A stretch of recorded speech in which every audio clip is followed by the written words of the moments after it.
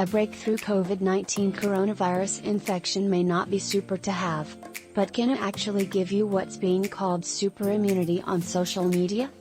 In other words, can a severe acute respiratory syndrome coronavirus 2, SARS-CoV-2, infection after being fully vaccinated against COVID-19 bring you even greater protection? Well, a research letter just published in JAMA offered a small window into this super possibility.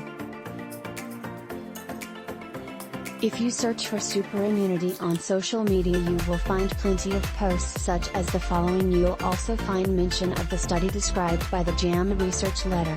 For example, Monica Gandhi MD, mile per hour, a professor of medicine at the University of California, San Francisco, UCSF, and HIV researcher, used the terms hybrid immunity and super immunity when tweeting about the study. She called it hybrid immunity, because the potentially boosted immune protectio. Gandhi also referenced another study described in a preprint uploaded to Medrxiv that drew blood from 35 vaccinated individuals in Provincetown, Massachusetts, 14 of whom had subsequent breakthrough infections.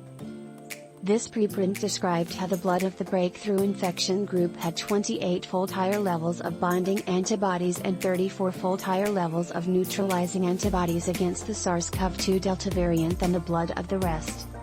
This study also looked at another measure of immune protection, how the individual's T cells responded to the virus, a measure that I described previously for Forbes.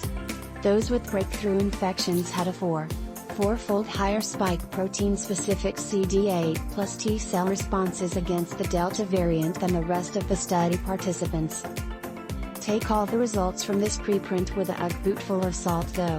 Anyone with a laptop, an internet connection, and opposable thumbs can upload a preprint. It is not the same as a peer-reviewed study published in a reputable scientific journal. JAMA, of course, is a reputable scientific journal that puts its research letter submissions through peer review.